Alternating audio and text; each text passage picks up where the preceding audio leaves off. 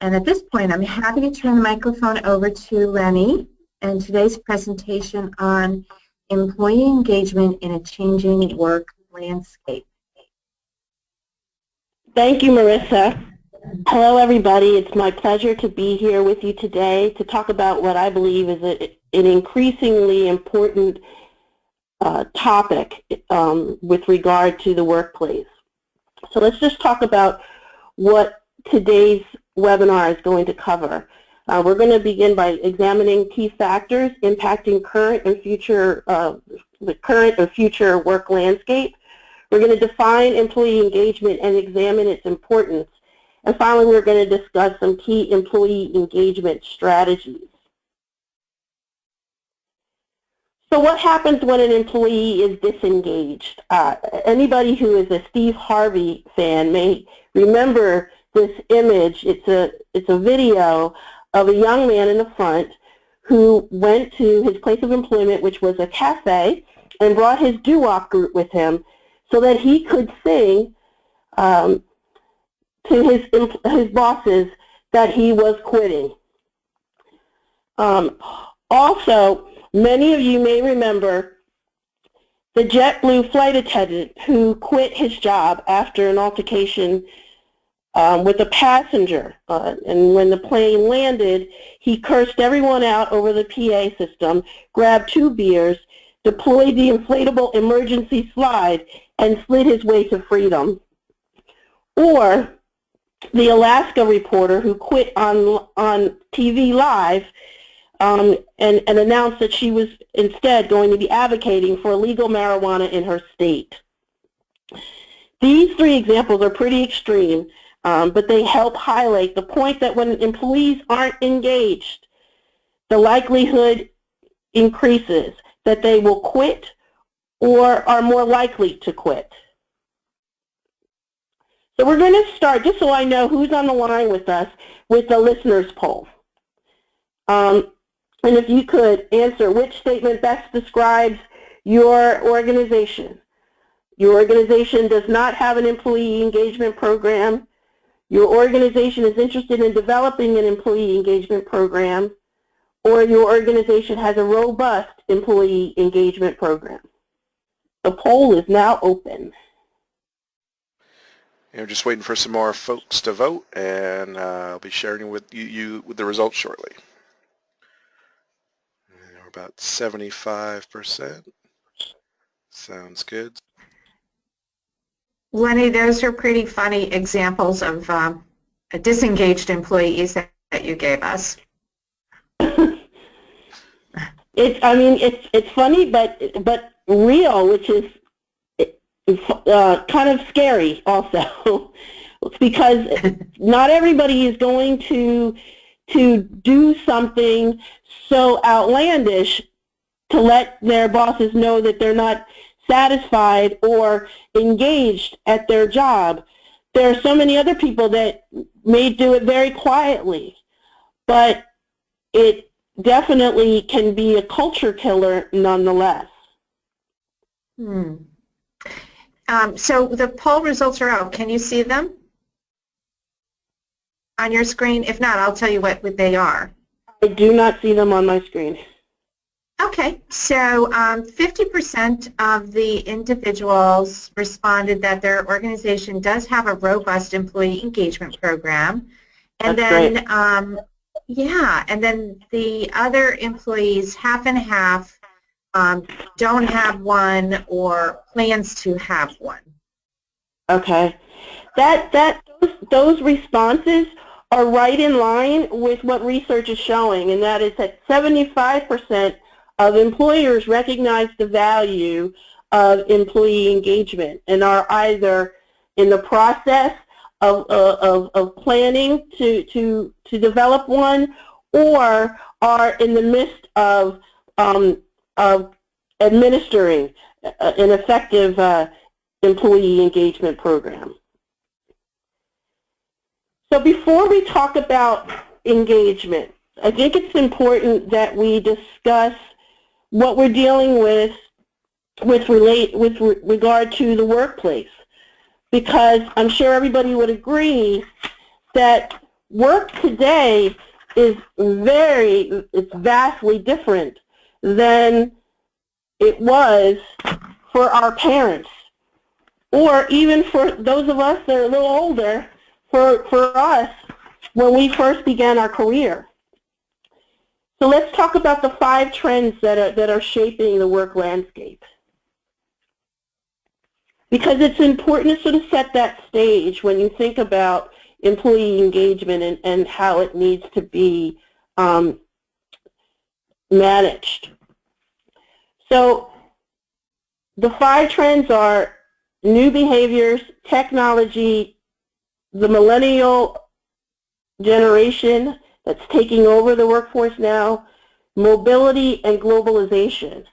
I'm really going to concentrate on the first 4. So new behaviors.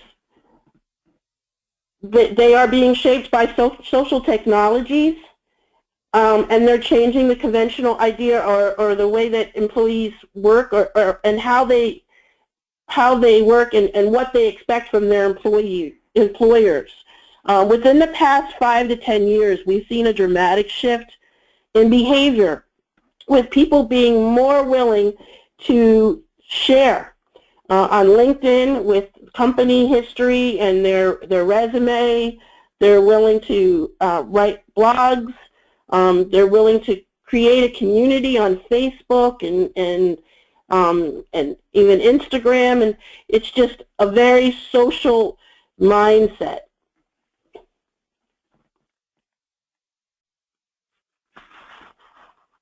And again, that's being driven by technology. The technology in and of itself is really dictating how work is changing.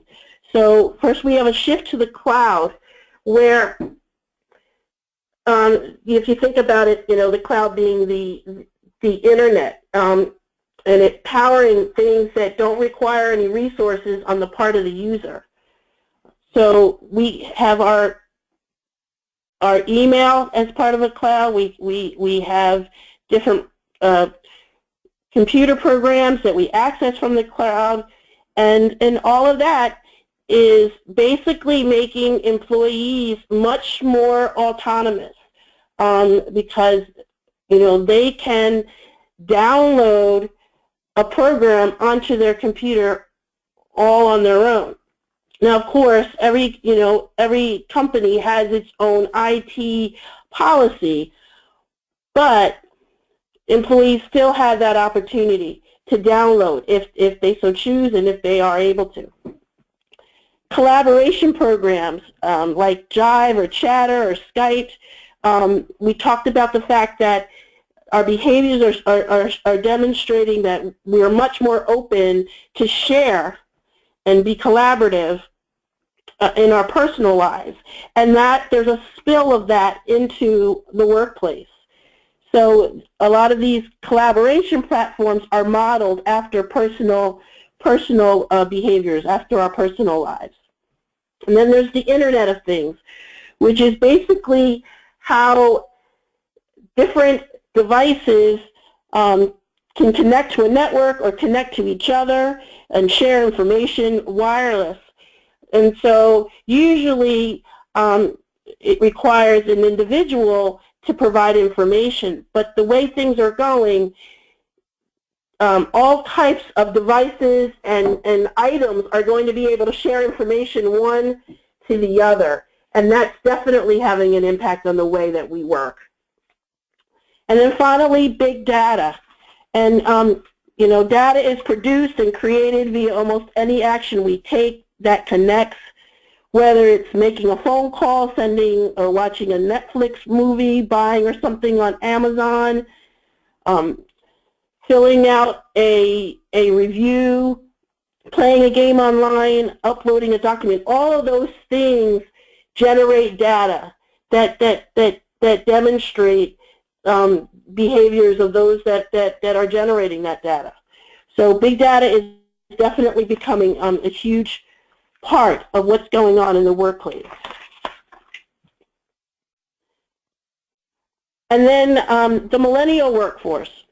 By 2020, research shows that millennials are expected to make up just over half of the entire U.S. workforce, and by 2025, they're going to be around 75%. This is a workforce that grew up with social collaborative technologies. It's nothing new to them. It really is second nature.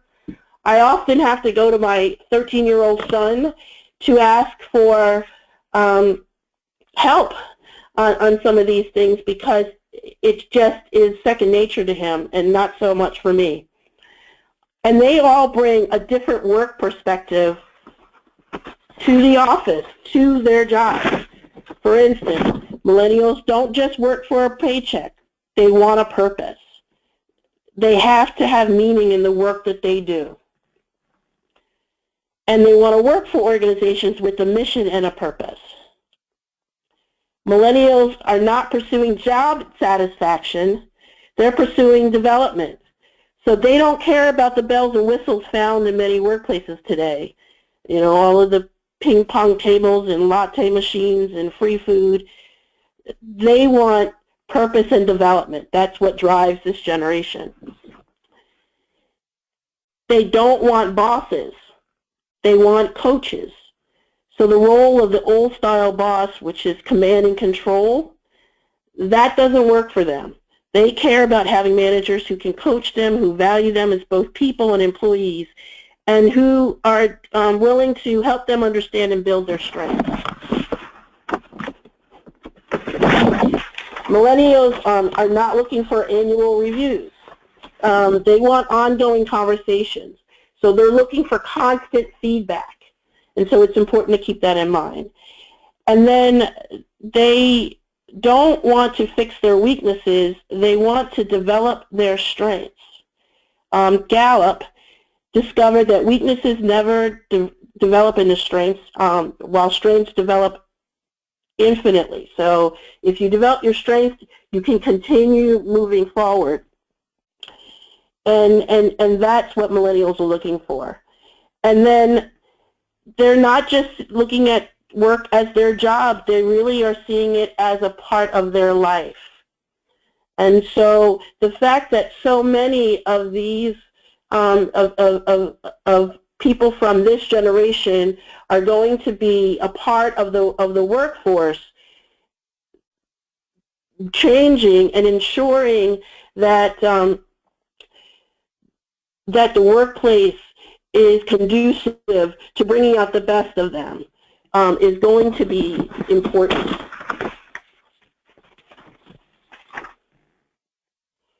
Mobility,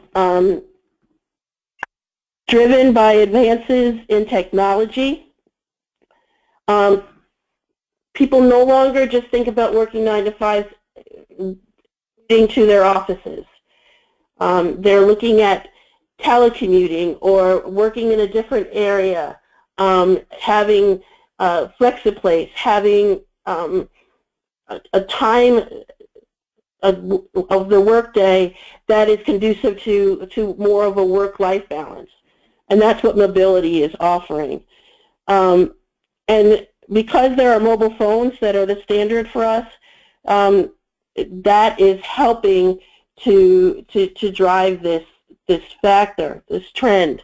So 91% of the people on Earth own mobile phones, and 22% in the world own a smartphone, which means that you can pretty much do whatever you need to do in terms of completing your task, doing your work, right in your hands, which is why you'll find a lot of communication efforts to make communications that they share more mobile accessible because of the fact that mobility is such a huge part of the work landscape. And it allows employees to stay connected and working even when they're on the go. And it makes employee location independent. They don't have to be in their office to get their job done. I've heard people say it's not about where you do the work, it's about just getting the work done.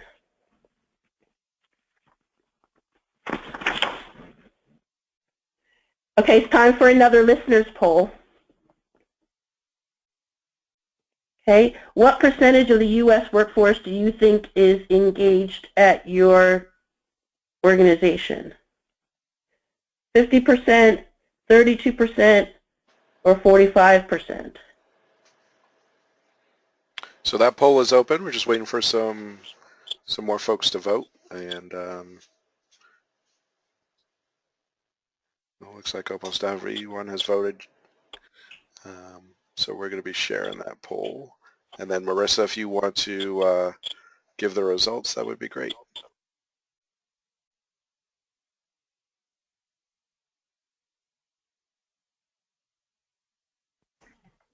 Yes, so hi everybody. The results are in, and 54% of the participants suggested that 32% of the workforce is engaged, and the others split equally between 50% and 45%. Okay. So the 54% of the folks on the call are pretty tapped into this, because Gallup reported in 2015 that 32% of the U.S. workforce was engaged. 50.8% was not engaged, and 17.2% was actively disengaged. So if you look at the pie on the screen, you'll see that more than half is not engaged, with that 17, almost 20% of the workforce being actively disengaged. They're not just not doing anything, they are going out of their way to not be engaged, which again is pretty scary when you think about the fact that employee engagement can translate into a lot of different things: retention, profits, and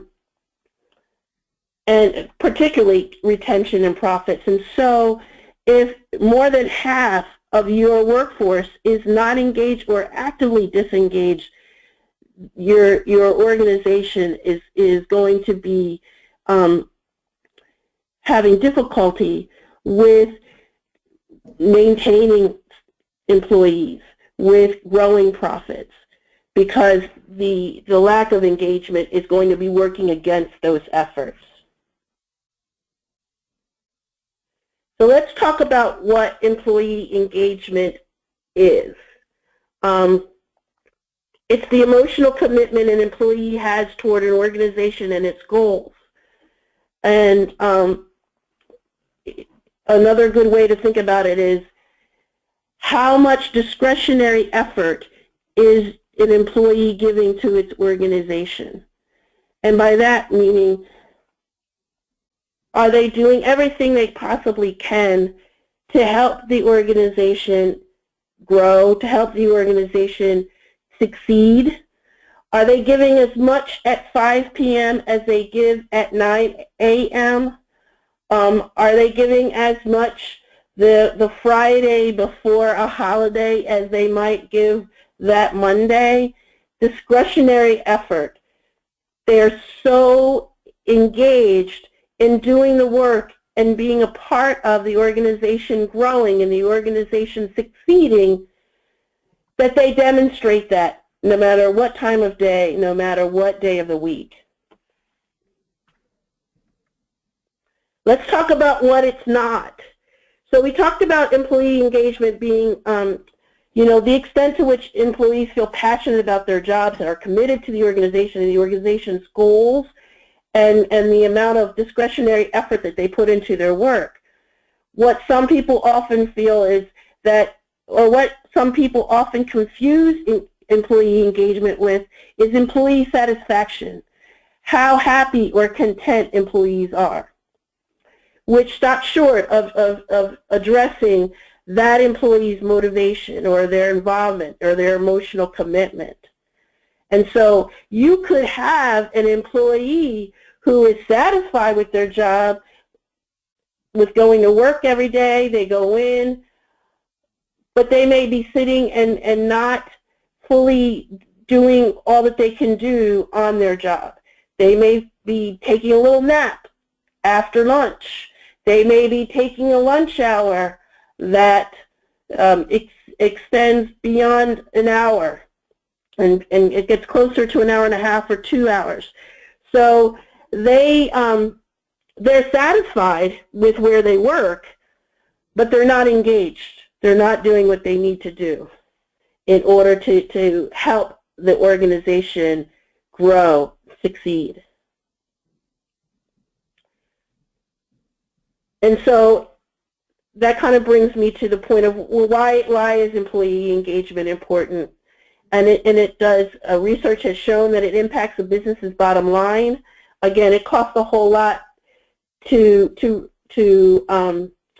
recruit and to onboard and to train a new employee. If there's a heavy turnover, that costs the company money. Engaged workers are the lifeblood of the organizations. They are, in fact, ambassadors. They go out, and it's not just about their job, but they're spreading the good news of the good work that they're doing at their jobs. And then research is shown by Gallup that active disengagement costs the U.S. $450 billion to $550 billion per year. So it's not, a lot of people might think that employee engagement, because it seems like a soft skill or a soft approach, that there aren't hard facts to support its place and purpose in an organization. But again, research has shown that employee engagement translates into dollars and into growth, and it's important for organizations to invest in employee engagement programs to ensure that excuse me, to ensure that they are regularly keeping in contact with their employees and knowing how engaged they are. The first step to do that is measurement, because you can't work on improving something if you haven't determined where you are, where your organization is. So it's important to measure your level of employee engagement in your organization. A lot of companies do that with annual surveys, but what some companies are finding, depending on their level of growth and how quickly they are experiencing growth, that a pulse survey, which is given on a much more frequent basis, say every 6 months, is just as important, if not more important, than having sort of an annual measurement of where you are in this process. In order to get started with measurement, you want to do some type of survey, and you can do that in a couple of different ways. You can hire an engagement research company, and this is something that you should consider if you're a senior executive with a large extended team, say about 100 people or more, and a budget that will support this expense. So you can hire an external company to administer the employee engagement survey. With that, you're going to get a tailored set of survey questions, a detailed analysis, which includes the question correlations, and you'll be able to benchmark your own organization against other clients that they might have in the database. A company that does it on a regular basis would be Gallup. They provide you with the questions that you need, and they administer the questions, and then they provide you with the analysis when it's done. If, for whatever reason, whether it's size or budget, hiring an outside firm is not feasible, then you can always do your own quick and dirty survey. And basically, you want to sign up for an online survey service like SurveyMonkey, and you can get basic services for free or pay a little and get more functionality. And when you use a survey program, it enables you to create the survey, send it out to your team members, and easily calculate the scores. When you're creating your survey, you're going to want to choose the question type. So all questions are going to be a standard Likert scale, which means you're asking if people agree or disagree using a 5-point scale. Like 1 would be strongly agree, 5 would be strongly disagree, and the range in between.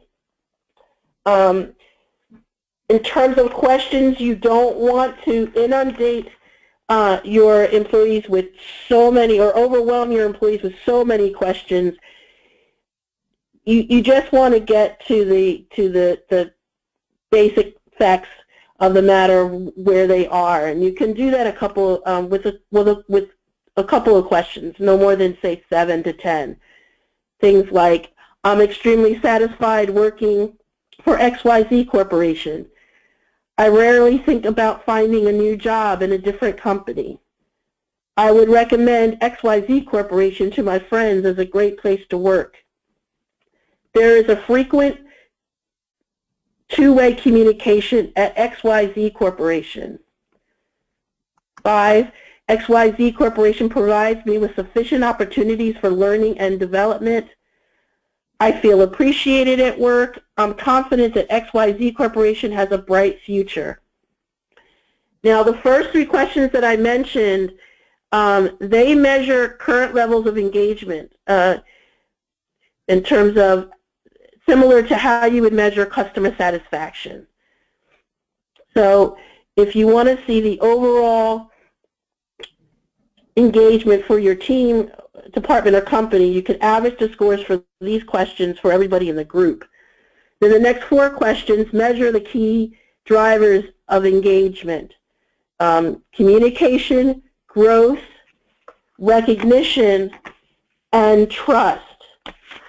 And so you should send out the survey and give your employees about 2 weeks to respond to the questions, so that they have enough time to really give it some thought and to be open and honest.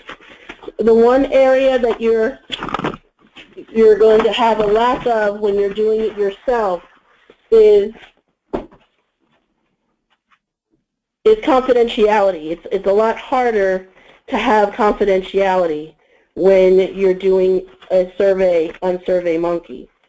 So you just have to make sure that you put things in place to ensure that that confidentiality is taken into consideration.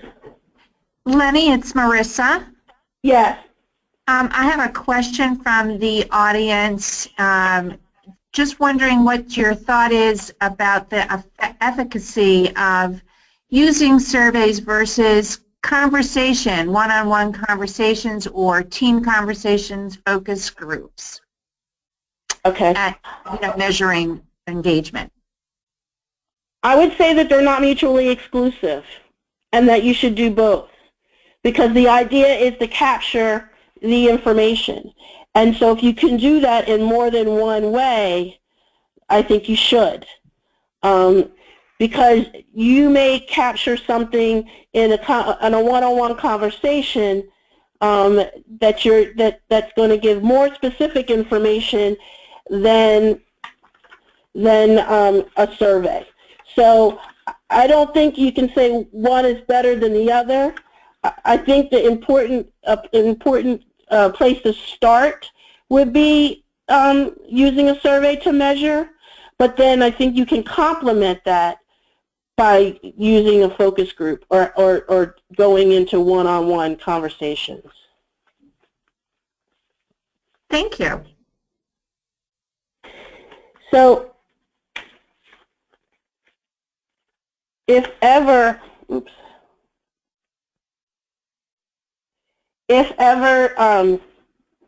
someone is interested in knowing about an organization where employee engagement really worked, you can point them to two well-known organizations. Now, I'm sure we all remember Campbell Soup, or we still may eat it on a regular basis, but there was a period of time when Campbell's was really struggling. And when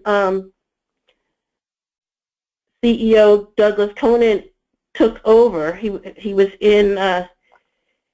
at Campbell Soup from 2002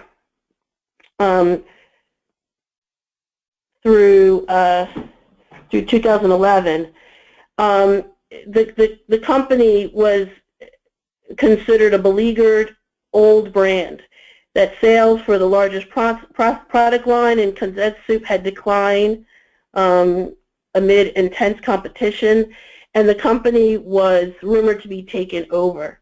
And when he came on board, he did not invest in what people typically invest in, which is infrastructure or equipment and things. His greatest investment was in employee engagement. And as a result, Gallup studied the engagement levels of Campbell's managers in 2002, and at that time they found that not only did 62% of them consider themselves not actively engaged in their jobs, a full 12% felt that they were actively disengaged. And Conant at the time said that those were the worst for any Fortune 5 firm that had ever been polled. However, fast forward 8 years, and the story is different. 68% of all Campbell employees say that they are actively engaged, and just 3 say that they are actively disengaged.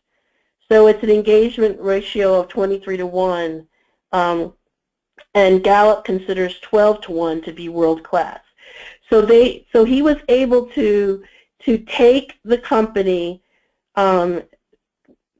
with a high level of disengaged employees and turn it around so that now they're considered world-class in terms of their employee engagement strategy and results.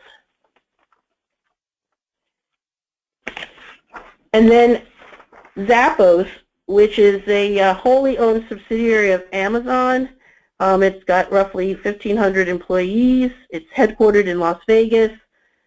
And they produce in excess of $2 billion in revenue each year. And now they're not just, at one time they were just selling shoes online, but now they're selling clothes for women and for adults. And so people might ask how the company with less than 2,000 employees is able to dominate the mainstream and the social media headlines and do so well. And the way that Zappos has done that is because of the culture that it's created, because of the culture that is conducive to employee engagement. And so they are famous for establishing the bar when it comes to putting customers first, and that's aided and abetted by its engaged and happy workforce. The company has defined the causal link between a happy workforce and an equally balanced purpose with profit bottom line. So they basically have been able to engage their employees so that they are part of moving the company forward. And collaboration is at the heart of it. It's a collaborative mindset that is infectious with the company. and encourages everyone to scale the culture, to embrace that culture. And as a result, people enjoy the work that they do. And they have, as a result, an outstanding retention record, particularly given more than 1/3 of employees are part of a program called Customer Loyalty Team, where they answer between 5,000 and 10,000 calls and emails and web chat sessions. And every single employee there is asked to contribute 10 hours of time to that program each year. And so that's a culture that helps to absorb increased contact time, and during a busy holiday season, and it helps employees stay connected to what their customers are experiencing with their product.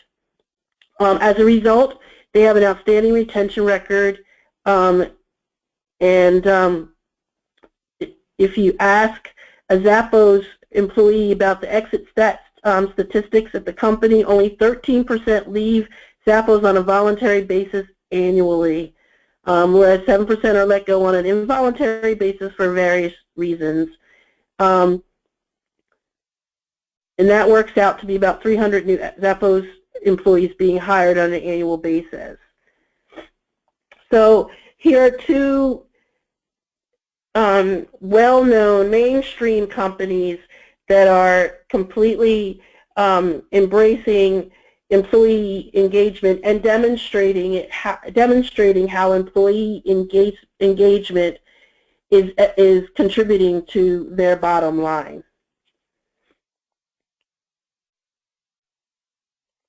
So moving forward, I know so many of you said that your organization is involved in employee engagement or thinking about it. So I've given you some resources that you can use to help in that process. Gallup, particularly if you're looking for a company to develop the survey, or just to research employee engagement a little further. Office Vibe is a really good resource. They have an employee engagement platform and also do a lot of research. Kevin Cruz is a well-known expert on employee engagement, and so his website has a lot of resources that you can use. And then finally, there is a website that provides a variety of different employee engagement software programs that you can consider with your company. So with that, I'll turn it back to Marissa to see if anybody else has any other questions.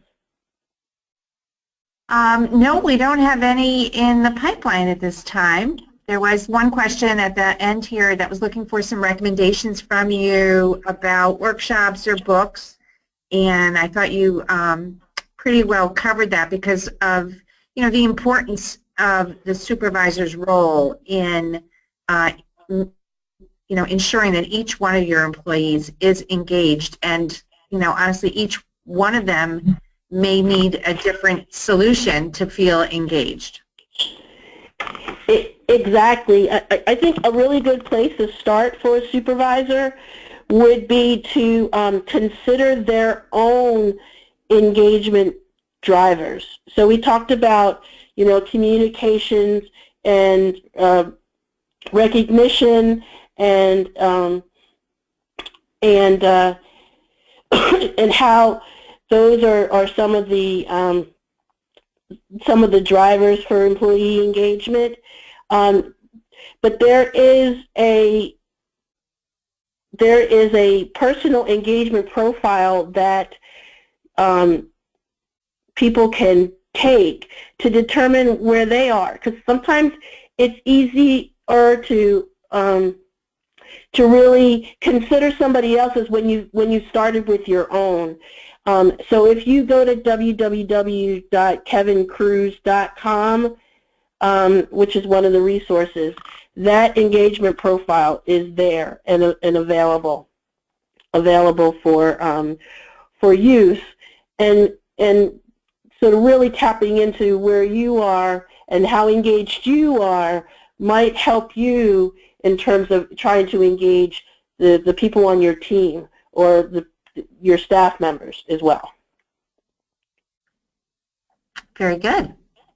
Well, if nobody else has any other questions, I just want to let you know that my contact information is there, and if you need to ask another question and you forgot or you want to reach out, please feel free to do so by sending me an email. And now I think we can pass it back to Tim.